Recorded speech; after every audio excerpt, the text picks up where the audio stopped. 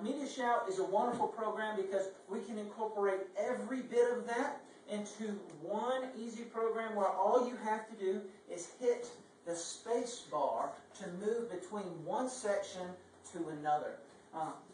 First off, I love when that happens. Okay, as we look at our Media Shout today, we want to start off with our script. It's a blank script. It's going to be a blank sheet of paper here, and you're going to include what you want. You have every option in the world that you can go to. Today we're going to start off with some worship music. So we're going to take our mouse and our Media 3.0 program, and we're going to come down here. At the very bottom here, you're going to see that there is a clip reel. It looks like a piece of film. Click on that film. Pops up here. It says video file and presentations. We don't want to be under presentations. We want to find where in our computer we keep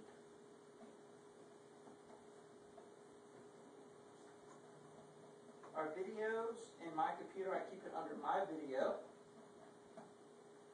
WMD. And then choose whatever video that you would like. Bible in a Minute, that's a good one. See, automatically it shows you a clip of Bible in a Minute and a title, so you know exactly what's on Media Shout. From your music, from your video clip, you want to move on to what scripture you want to include. If you look across the bottom here, the same. We have another one that looks like a Bible. It's a little Bible here with a mark in it. If you select that,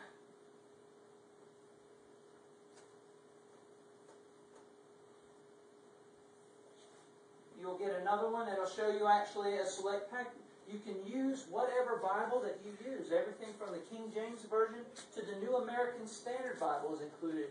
I have already typed in here from today's service Romans 17, 14 through 25.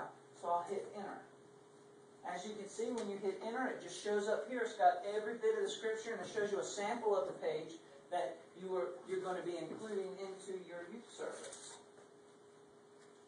Hit select, and it shows. So now we have our music, or we have our funny video. We have our scripture that we're going to use. But once we start preaching, we know what direction we're going into. We have our own notes and everything. So we want to start putting in what points that we want to emphasize to the youth. So we're going to come back down here. If you look down at the bottom, you'll see one that says a big T. When you select on that big T, it means a text screen. That text screen will come up, and you'll see that it has a uniform background already on it.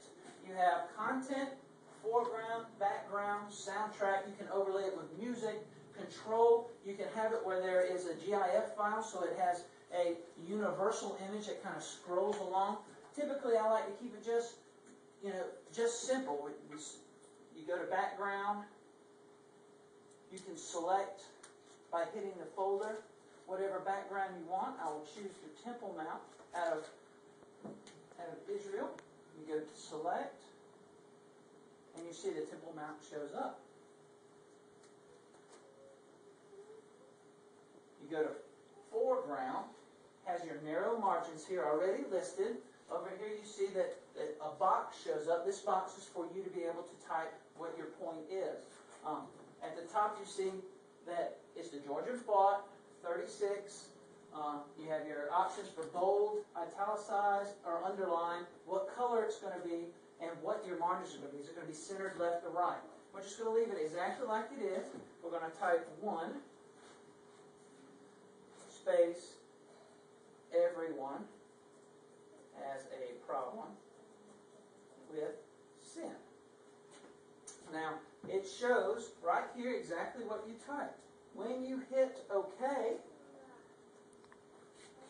it pops down here in 3. Now, let's say, for instance, you placed your first point and it came in between your video and your scriptural reference, and that wasn't how you wanted to do your service. Are you finished there? Do you have to start all over with? No. What you would do is right-click and you would just drag one screen above the other. You see a serrated line, and it would incorporate it and just put it in there exactly the way you want to have your service laid out. Now, we get all the way through the service. We get everything we want to listed. Typical services for me will usually last 8 to 10 frames, and that gives the youth plenty of time to visually see what's up there and to understand exactly what points I'm going after. But for every person, it's completely different. So play with it. Try to use more screens. Try to use less screens. You know, you can set it up like I have, where your computer is within arm's length, and you can teach the youth that are around you, and then just hit the button and boom, you've got it made. You know, you just move right on to the next one. The final thing you want to do is you want to test it. So you double click on it, you'll see a blue. It tests, you can hear the sound, you can see it on your computer, on your secondary monitor. You want to move from that, like say, to the next one. You hit the space bar, boom, it shows on the space bar.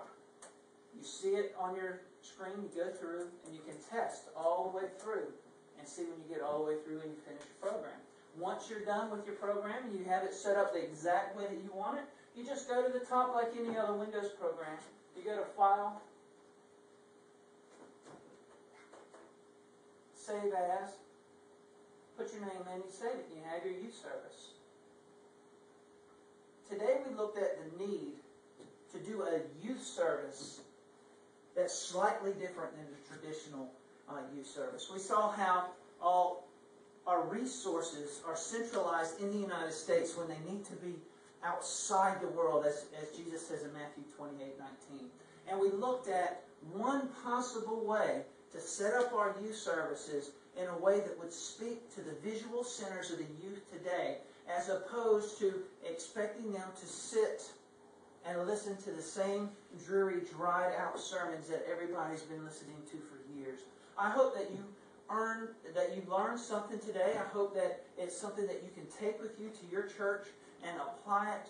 And I pray that the Lord will use this in a miraculous way, not only in your life, but in your ministry and to the lives of the youth throughout the world. Thank you very much.